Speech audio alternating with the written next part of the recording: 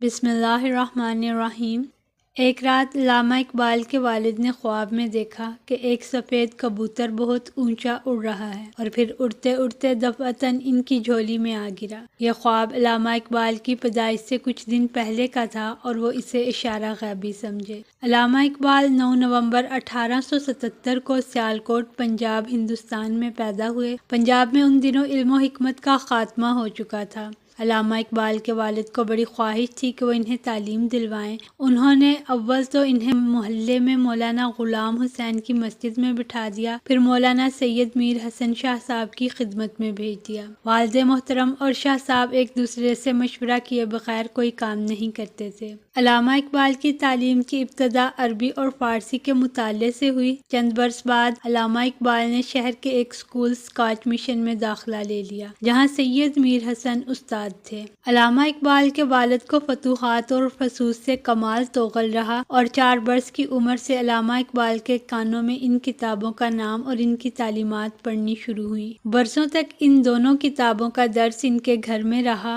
گو بچپن کے دنوں میں انہیں ان مسائل کی اتنی سمجھ نہیں تھی، تاہم محفل درس میں ہر روز شریک ہوتے۔ بعد میں جب عربی سیکھی تو کچھ خود بھی پڑھنے لگے اور جوں علم اور تجربہ بڑھتا گیا، ان کا شوق اور واقفیت بھی زیادہ ہوتی گئی۔ جب علامہ اقبال کی عمر کوئی 11 سال تھی تو ایک رات وہ اپنے گھر میں کسی آہٹ کے باعث سوتے سے بیدار ہو گئے۔ انہوں نے دیکھا کہ ان کی والدہ کمرے کی سیڑھیوں سے نیچے اتر رہی ہیں۔ وہ فوراً اپنے بستر سے اٹھے اور اپنی والدہ کے پیچھے چلتے چلتے سامنے دروازے کے پاس پہنچے جو ادھ کھلا تھا اور اس میں سے روشنی اندر آ رہی تھی۔ والدہ اس دروازے میں سے باہر جھانک رہی تھی۔ انہوں نے آگے بڑھ کر دیکھا کہ والد کھلے صحن میں بیٹھے ہیں اور ایک نور کا حلقہ ان کا احاطہ کیے ہوئے ہے۔ علامہ اقبال نے والد کے پاس جانا چاہا لیکن والدہ نے انہیں روکا اور سمجھا بجھا کر پھر سلا دیا۔ صبح ہوئی تو وہ سب سے پہلے والد کے پاس پہنچے تاکہ ان سے رات کا ماجرا دریافت کر سکیں۔ والدہ پہلے ہی موجود تھی اور والد انہیں اپنا ایک رویا سنا رہے تھے جو رات انہوں نے بیداری کی حالت میں دیکھا تھا۔ ان کے والد نے بتایا کہ کابل سے ایک قافلہ آیا ہے جو مجبوراً ہمارے شہر سے کوئی 25 میل کے فاصلے پر مقیم ہے۔ اس قافلے میں ایک شخص بے حد بیمار اور اس کی حالت نازک ہے اور اسی کی وجہ سے یہ قافلہ ٹھہر گیا ہے، لہٰذا انہیں ان لوگوں کی مدد کے لیے فوراً پہنچنا چاہیے۔ علامہ اقبال کے والد نے کچھ ضروری چیزیں فراہم کر کے تانگا منگایا، علامہ اقبال کو بھی ساتھ بٹھایا اور چل دیے۔ چند گھنٹوں میں تانگا اس مقام تک پہنچ گیا جہاں کارواں کا ڈیرا تھا۔ انہوں نے دیکھا کہ وہ قافلہ ایک دولت مند اور ذی اثر خاندان پر مشتمل ہے جس کے افراد اپنے ایک فرد کا علاج کرانے کے لیے پنجاب آئے ہیں۔ والد نے تانگے سے اترتے ہی دریافت کیا کہ اس قافلے کا سالار کون ہے۔ جب وہ صاحب آئے تو ان کے والد نے کہا کہ مجھے فوراً مریض کے پاس لے چلو۔ سالار بے حد متعجب ہوا کہ یہ کون شخص ہے جو ہمارے مریض کی